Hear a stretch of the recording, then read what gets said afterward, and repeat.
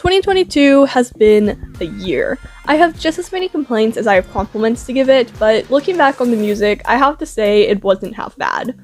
When your favorite song was released just a few weeks in, you don't really expect much to come out of the rest of the year, but there were a surprising amount of close contenders all throughout. The rookies definitely shined the most this year. Over half of this list are groups that have debuted in the last year or so, but with so many groups debuting and with so many of them having standout sounds, it's hard not to fall for so many of them. Anyways, please buckle your seatbelts and get ready for the ride.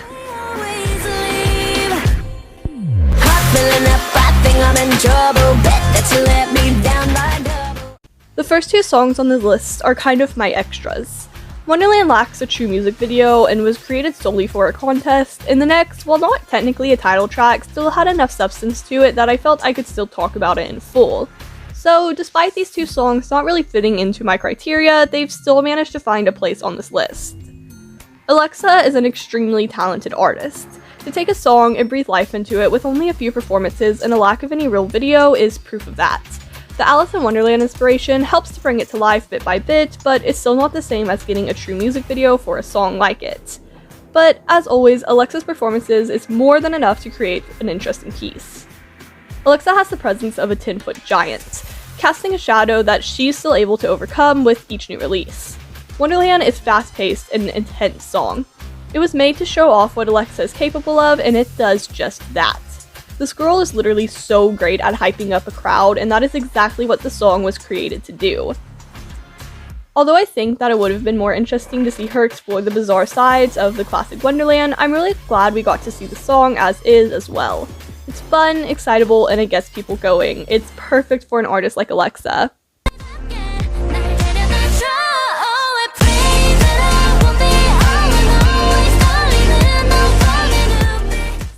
This was one of the songs off Limelight's pre-debut album, and despite not being the main track or even their official debut, it's really captured my attention.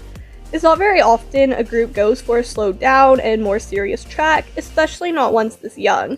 But I'm really glad we got to see these girls go for something a bit different and also diving headfirst into it as well. The song is saturated with dull grays and deep blues. It carries a weight with it that every chorus seems to eliminate, only for it to accumulate once again in the next verse.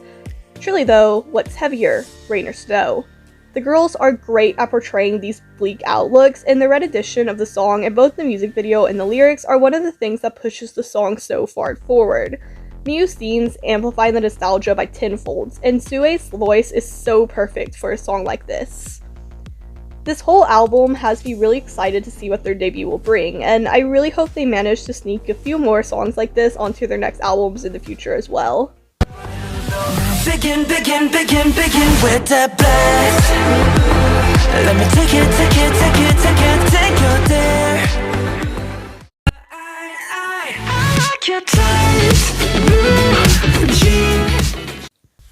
I knew that I wanted at least one of the onlyoneof solos on this list. They were all so good at not only bringing the members' individual skills to light, but also giving an insight on what the group as a whole looked like.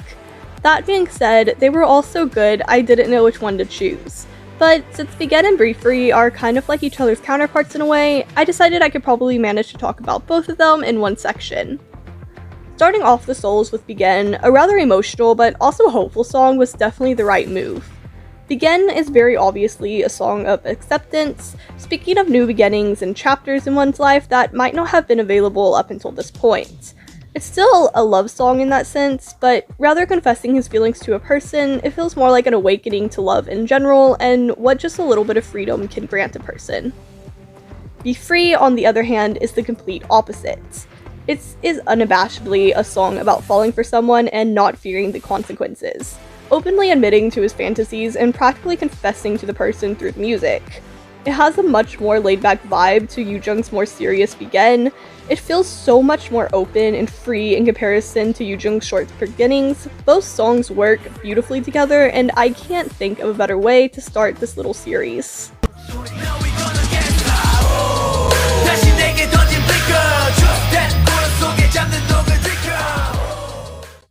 I don't think anybody would argue that the rookie girl groups this year absolutely ruled it, bringing with them great songs, albums, and some of them even bringing something new to the table as well. That being said, and maybe it's just the boy group stand in me, I do still think there were a few standout debuts from the other side as well, even if they didn't have the budget the girls had. Trendz just so happens to be one of these groups. While their debut itself was a bit lackluster, it still caught my attention. I have to say, these boys really remind me of a young Stray Kids with their raw power and energy alone. Not to mention, they're probably the only group I've ever seen give justice to a Stray Kids cover, so despite the somewhat disappointing debut, they were still a group I was looking forward to. And I did not have to look far. Who is a song that proves even the slightest bit of creativity can go a long ways. The song opens up on a howling battle cry and a false sense of security. The opening scene paints a picture of a beast circling its prey, and that's a pretty good indicator for how the rest of the song will play out. At first, the wolf references deterred me a bit from this track.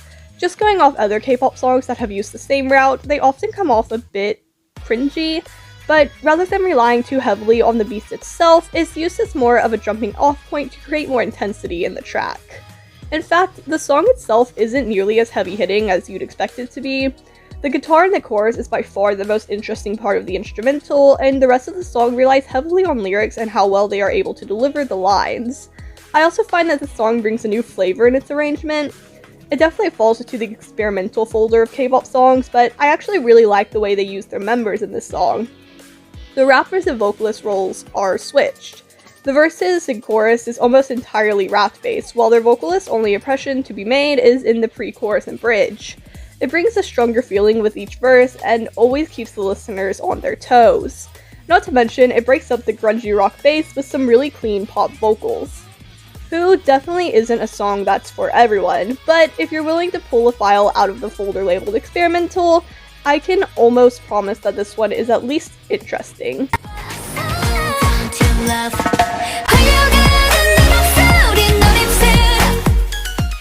I contemplated for a long time whether Glitch or Underwater deserved to be on this list. Glitch is my favorite type of song. It's new, weird, and even a bit unexpected. New Type and Talk specifically have very quickly become some of my favorite producers, and Glitch is everything that they're good at in one. But Underwater feels magical, almost as if they visited Atlantis, studied the music there for years before creating this piece under the watchful eye of the ancient civilization. What really sold me on this, though, was eunbi herself. She really embodied the more whimsical side of this track, taking on the role of a beautiful siren. The tropical house genre was also a great choice here. In the past, it's been almost completely reserved for summer tracks, but this one brings a bit more with it. There's a certain urgency felt in some of the verses that lifts it beyond just a summer song or a tropical house or however you wish to label it. There's a point in the choreography where she pulls her arm towards her that just gives me chills. It's such a simple detail, but it manages to add so much to the song. The music video is also just stunning. The sky, moon, and sea have always been intertwined. The sky is home to the moon, ever-changing to keep it happy, while the moon commands the sea, spelling demands in the sky without room for discussion. Underwater takes this complementary relationship and shines a new light on it. Up until the very last scene, there's nothing but a puddle of water on the floor, just enough for a reflection, and even when it does start to fill up, it's rain, falling from the same sky that allows for this to happen. Nature's laws and dynamics are arguably the only perfect thing in this world. There's no changing them, only accepting what has worked way before we ever came along. This song feels like a nod in that direction, to one of the many systems that keep this world going. One of the only things mere humans can't touch. Eunbi did a great job on this song. She had a great year overall, but for however much I like the new and unusual Glitch, songs like this that bear their true colors will always be something that I'll look forward to.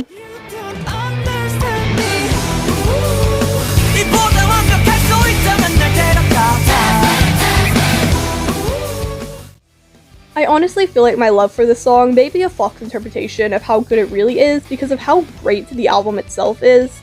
Hello World really caught the world by storm, after releasing a song like Happy Death Day only to go on a nearly 6-month unannounced hiatus. There was really no telling what could possibly come next from them.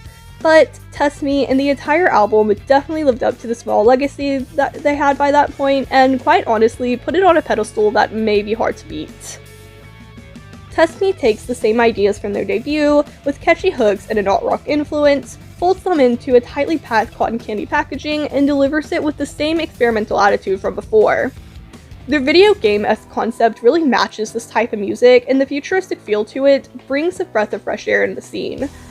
I always love when a group can have fun with their music, but these guys really take it to another level. They have the perfect push and pull of silly and fun and just some damn good music. Not to mention, Jungsu and Juyeon are the perfect pop rock duo. Jungsu has this clean, perfect voice that is just fit for pop music, and Juyeon sings like a budding rock star making his way through the scene. They could not be a better match, and Gaon is the perfect centerpiece, versatile enough to match either or without giving up his own way of doing things along the way. They have such a great team dynamic despite being basically thrown together in a fit, and that's not even mentioning some of their skills as players. With some lack in skill, they make up for in charisma. I've never been more excited to see a band grow, and honestly, the few drawbacks they have only make me more excited to see how they will overcome them.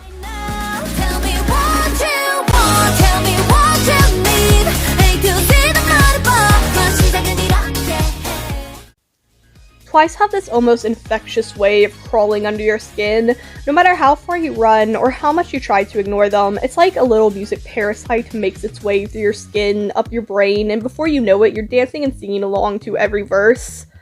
Talk That Talk has the same brain-rotting catchiness to it. I swear they've programmed the entire industry to just know all of their songs the second they play, but this one isn't quite as intense as others. It's familiar, as is any retro song, but not quite overdone.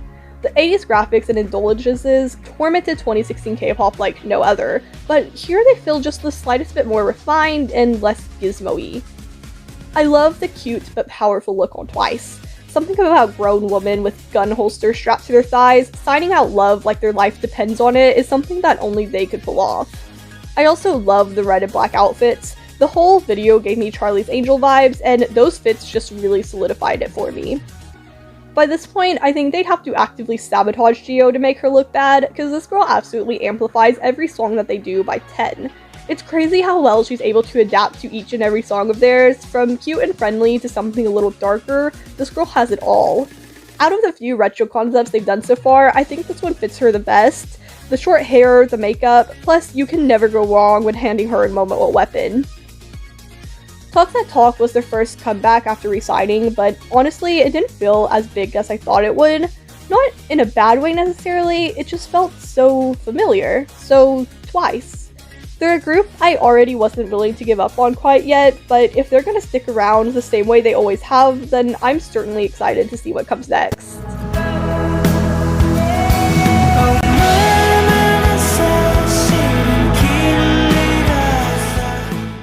If life imitates art, we're two-dimensional creatures at best, really parading around as beings able to initiate thought-provoking ideas and only using those substances when they benefit us. However, if art imitates life, we're beings capable of taking our experiences and expressing them in a different format. One could even argue that's what makes us human. Sometimes though, you stumble across a piece so open and raw, it seems as if someone sliced their head open, pulled out their brain, and sat it on an operating table for us to study. Dvwn has a way of making music that pulls you into his world. Every step he took, every breath he takes is retold in a song masquerading as mere music. Lost is arguably his most intense piece so far. It feels at times as if the ongoing blizzard has poured through the screen and surrounded you in the same cold wonderland portrayed in the song. It tells the story of that cold, distant feeling we like to call loneliness, talking about how easy it is to get lost. Dvwn has this eerily accurate way of taking the simplicities of life, laying them out in a way that they no longer seem so simple. Every yes or no answer suddenly becomes over complex, and all he really offers in return are those same simple solutions. I never thought I'd hear Country Roads Take Me Home in a K-pop song, nor did I think it would hit me with as much force as it did, because despite all the snow-covered trees, endless trails, and hidden houses, it still feels warm. Even Dvwn's most heartbreaking songs bring comfort to those who listen. It's such a simple solution, but one that works. I think Dvwn is one of the few artists that have managed to take the creativity of music and infuse it with the grandness of K-pop. I was really surprised when I saw this song being uploaded on Hybe's channel. Dvwn has always been one of my favorite R&B artists. From his OSTs to his original works, he managed to personify mere words on a page into emotions that are oftentimes hard to portray. I guess the label he had signed with was acquired by Hybe a little while ago, and despite my initial fear with Hybe's recent history of their artists, especially ones from acquired companies, I think even if this avenue is short-lived, it will be worth it. I don't think I've ever seen his music be brought to life through visuals in the same way it is through lyrics, and both sides have brought something new to his music that I don't think I've ever seen before. Dvwn's music is always a blessing when we get it, but now more than ever, I want to see what he can do with it, and I want to see what a company like Hybe can turn his words into beautiful scenes and even more meaningful lyrics.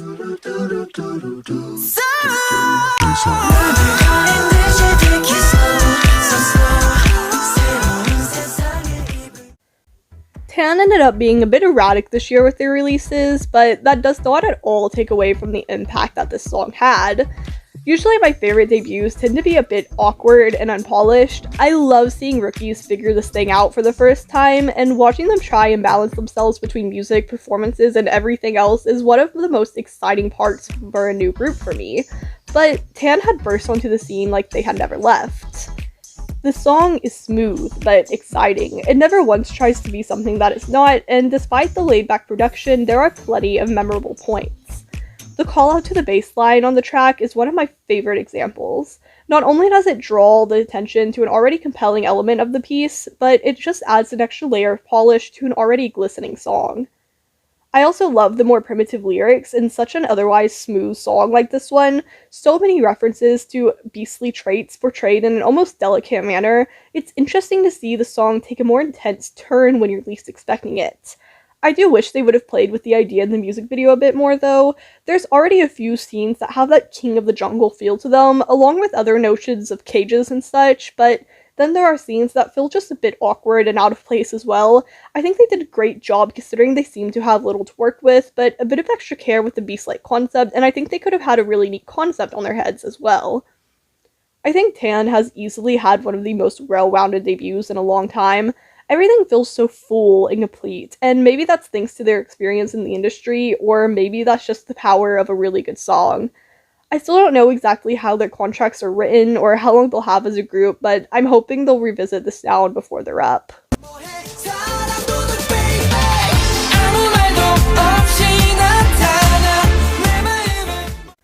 When this song first came out, I was actually a bit disappointed. It was a good song, no doubt, but after conceptual masterpieces like Lupin and some of the best retro songs I've ever heard coming out of their discography, Cupid felt all too safe. I always have to take a step back and reevaluate the situations when it comes to them. I've always had to remind myself that Dongkiz wasn't just this cute boy group. Their concept has always just simply been fun. Cupid didn't sound like Dongkiz, but besides most of their songs being a bit on the quirky side, they've never had a sound to begin with. After I got over the fact that there was never a sound or formula to follow, and started looking at them not as the new Dongkiz, but rather just Dongkiz, the song was suddenly so much better than it was before. It was different, sure. They've always run on a low budget, but this one felt like they didn't even try to hide it. Music videos like Blockbuster and Lupin are still fun to watch even years later, but this one felt stale even upon my first viewing. And I don't think that helped with the song much. All that said, Cupid ended up being this oddly wholesome, pestilent disease, more endemic than anything. No matter how many songs came out after this one was released, I couldn't get it out of my head, and after a while, I started to enjoy the beauty of simplicity in it. One thing I did like from the first listen though was the extended chorus. Like I said before, Dongkiz is the fun group, and there's nothing more fun than an encore in an already fun song. It feels like an explosion at the very end, and a chorus like that maxes out its replayability. As usual though, their stages were the highlight of this comeback. I knew between Seungyun, Jae-chan, and Jonghyun alone, they wouldn't be able to have a bad performance, but I had a lot more fun watching the other three figure it out step by step than I thought it would. Minkyu definitely figured it out the quickest. By the end of the promotions, he was matching their every step, but the other two weren't far behind. And not to be that person, but I do like the extra emphasis on the live singing, especially when it comes to Dongkiz and their grand way of doing things. I think it really amplified their performances. This year was seriously amazing for them in more ways than one, and I am so excited to see what comes next for them. I am still waiting on that album though.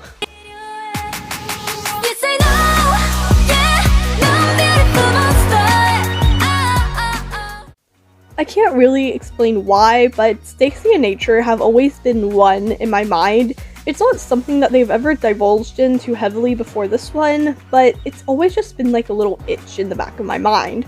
Something about their music just feels so free and pure, plus those stereotype photos last year were just stunning. Beautiful Monster finally brings my fantasies to life, and I could not have asked for anything better. The song definitely plays up the fairy tale feeling. Yoon as the Little Mermaid was such a missed opportunity, but Jae taking on the role of Rapunzel and Seungyun as Snow White was more than enough to make up for it. The borderline acoustic pop sound isn't something you see in K-pop very often, at least not on groups, but it fits them surprisingly well. This was their first really laid-back title track, but I think they performed it really well. It never feels boring or stale like I was fearful it might come out being. As with all of their tracks, the vocals are written to be the main character, but for once I do kind of wish they would have put more into the instrumental.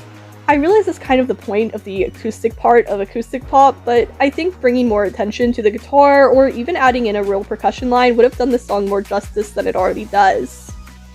This isn't a sound that I expect Stacey to stick with, and considering this wasn't their most successful comeback, despite how beautiful it is, I'm sure they'll be changing it up again soon. But this was still a nice little detour from the usual works, and it's a bit sad that it didn't get the recognition that their earlier tracks did. Where you been all my life? Yeah. Such innocently joyful songs are starting to become hard to come across nowadays, and it wasn't something I was expecting from Treasure either. Within the last 2 or so years, it feels as if YG has expanded their catalog to encompass their usual style and the new edition of 2010s nostalgia, but this one definitely takes the cake. It's one of those songs that puts an instant smile on your face, and it makes it so hard to just not absolutely adore it. Hello relies solely on people's emotions and experiences, hoping that the song will strike something within them that recognizes its tune from long ago, and usually I'd argue songs need more to it than just reliance on the past. This one makes it work so well that I can't even pretend to ignore it. I really like the points in the music video where they hold up the little sign saying hello in different languages. It really brought back some forgotten memories, and I swear every American director back then thought that that was the most emotional thing that they could put into a music video. Treasure had always been a bit of a hit or miss group for me. I don't think they've ever released a song like this, but I really enjoyed it. More than I'm probably willing to admit. It's fun, nostalgic, and the type of song that paints a smile on your face when you listen to it. I'm sure this is probably a one-time thing, but I wouldn't mind if they visited this infectious energy again in the future. I think it really suits them, and I would love to see them try it out on a different sound.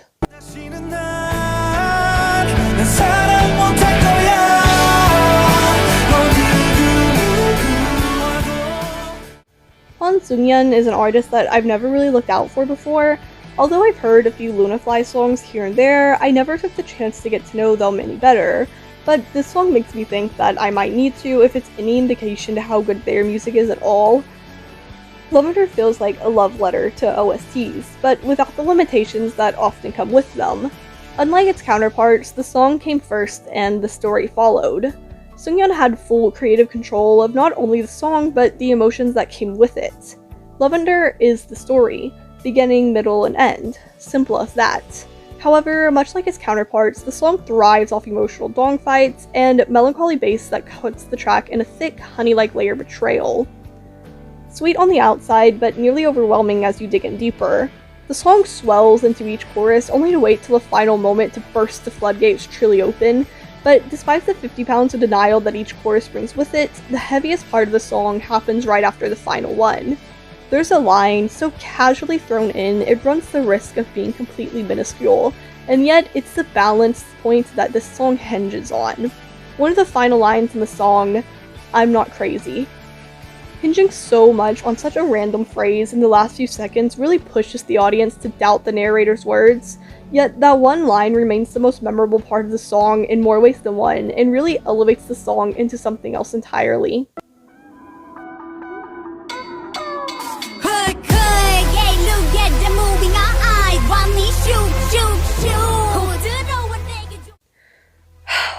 Damn, I love this song. What started off as a mere infatuation at the guts this group had to be so bizarre and quirky quickly shifted into pure adoration of a song hiding behind multiple masks. Nmixx came onto the scene practically shouting their defiancy from the rooftops. JYP's branding in recent years has basically just been how far from the norm can we stray, but Nmixx takes that idea and turns it on its head. OO is crazy and weird and unlike anything I've ever heard before. There is so much going on in such a short amount of time and I never see the next curve coming. It's a song that keeps me on my toes even after the 100th listen. There's something about this song that just lines up so perfectly despite its oddities that it still manages to feel balanced somehow. The opening lines, while just as meaningless and odd as everyone makes them out to be, are so much fun, and only a start that bold could give way to a song as powerful as OO. Even without the constant changes in scenery and sounds, the song is set at a pace that's hard to keep up with. Each new line sneaking up on you before you can even see its shadow. Even as individuals, this song was made to keep people alert and paying attention the entire time, and it did just that. At first, I was a bit wary of what a group like Nmixx could achieve long term, but now I'm excited to see what path their music will take them down. With their first comeback over and done with, I can see a few avenues that could possibly take with this sort of style, and I really want to see them explore every corner of it that they can. I really believe that they have something interesting going on here, and even if I don't always love the music that they put out, I am sure at the very least it will be interesting to follow.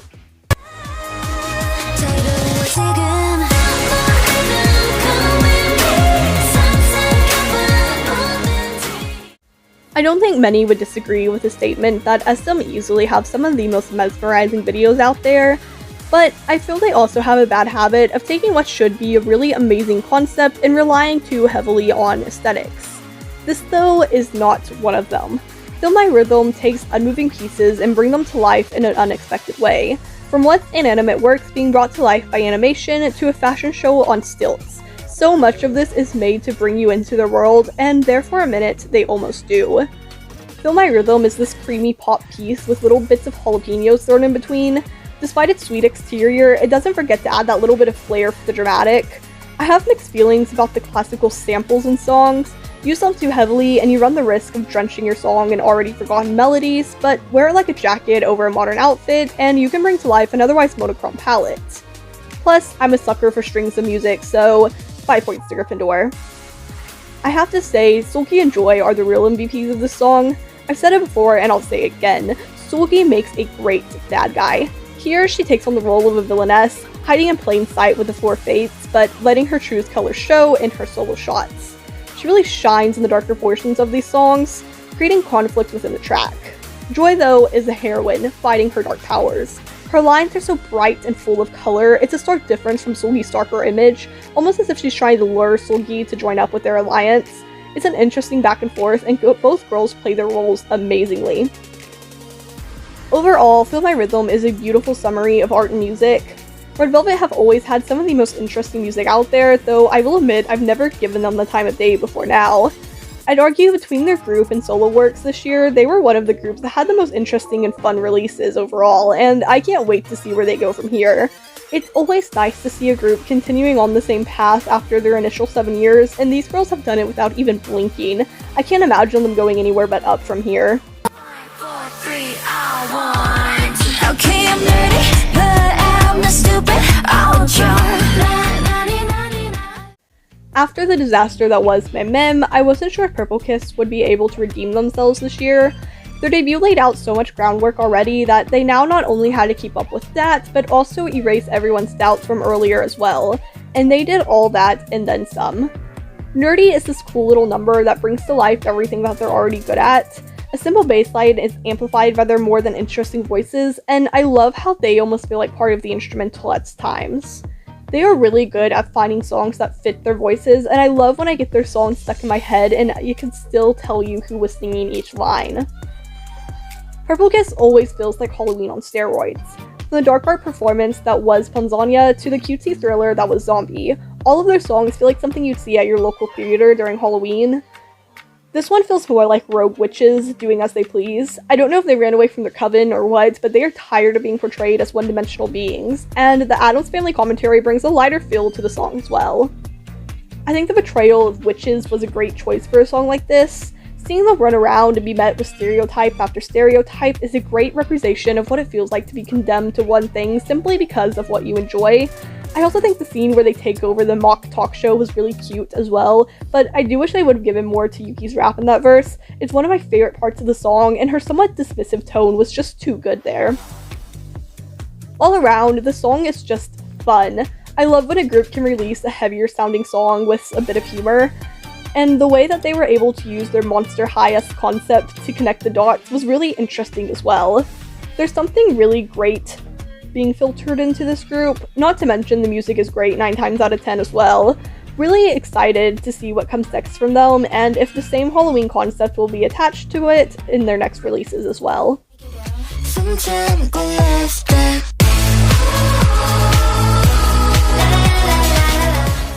The one song that I couldn't get away from this year. IVE have really proved themselves more than worthy this year, and LovDive really helped elevate them to an even higher level. They have some really interesting elements to their music that I don't think I've seen elsewhere, and even though some of their songs still feel as if they're lacking in some places, the creative direction so evident in them is more than enough to make up for it.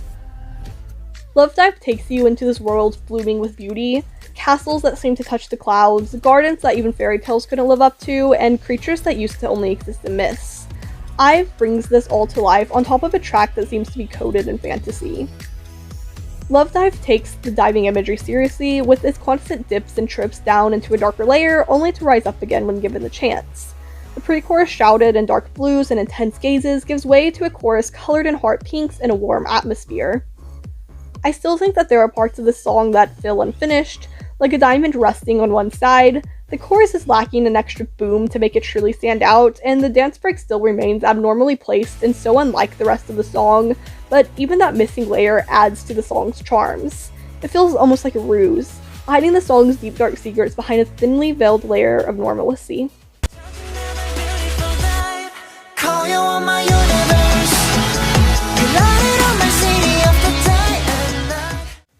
Nine.i arguably had my favorite debut this year.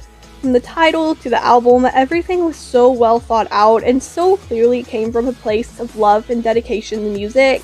Even now, a few months into their careers, they still refuse to succumb to the more mainstream sounds of other boy groups out right now. But that doesn't mean they sacrifice relatability. So many of their songs speak of things that we can relate to, from growing up all the way to falling in love. They just happen to take the long way around some of these things.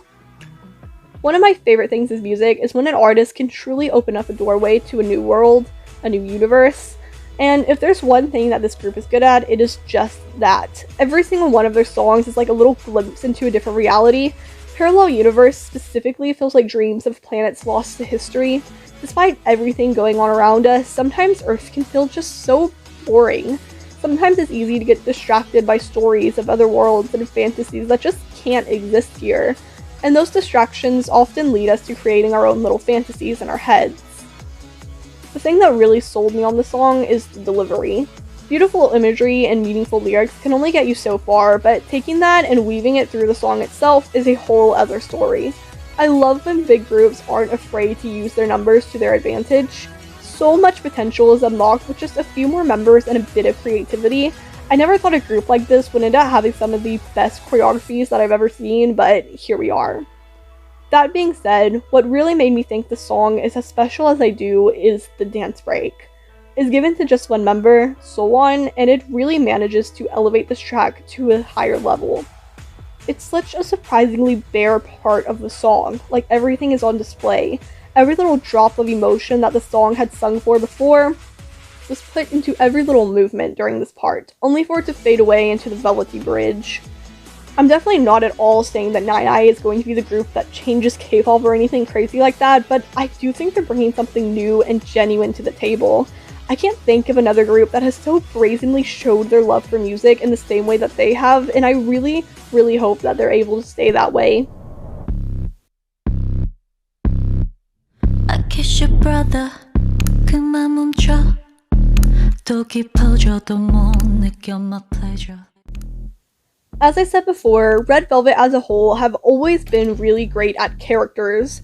I'd even go as far as to say that their concepts rely on it. I've never really looked into them enough before this year to know much about them though, so maybe Seulgi has always been the villain, or maybe that's something new. But either way, all throughout the releases this year, she has embodied that role perfectly. 28 Reasons is probably the most obvious example.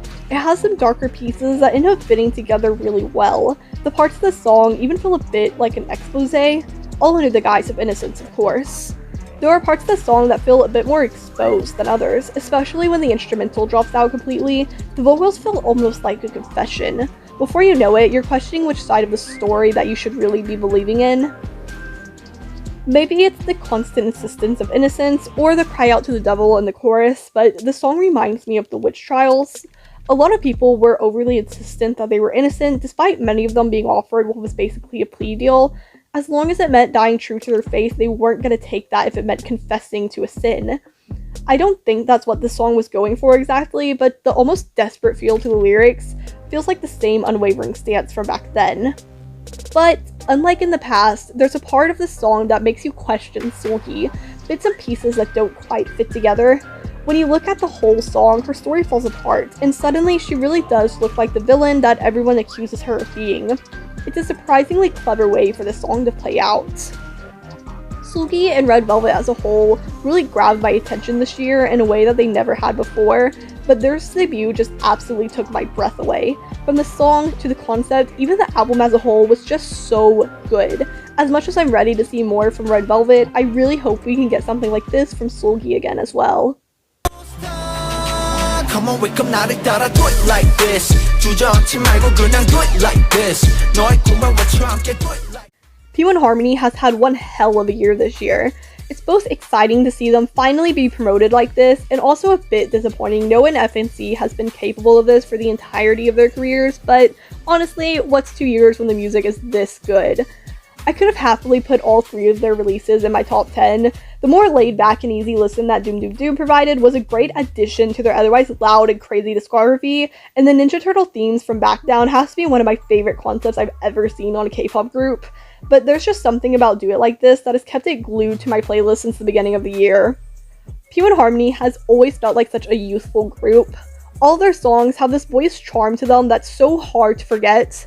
The music reminds me of middle school playgrounds and city parks. Some of my favorite childhood memories were digging up crawdads in the creek that ran through our park, having to run back to my mom covered in mud and gunk to show her my new prize that just made my whole day feel a bit brighter.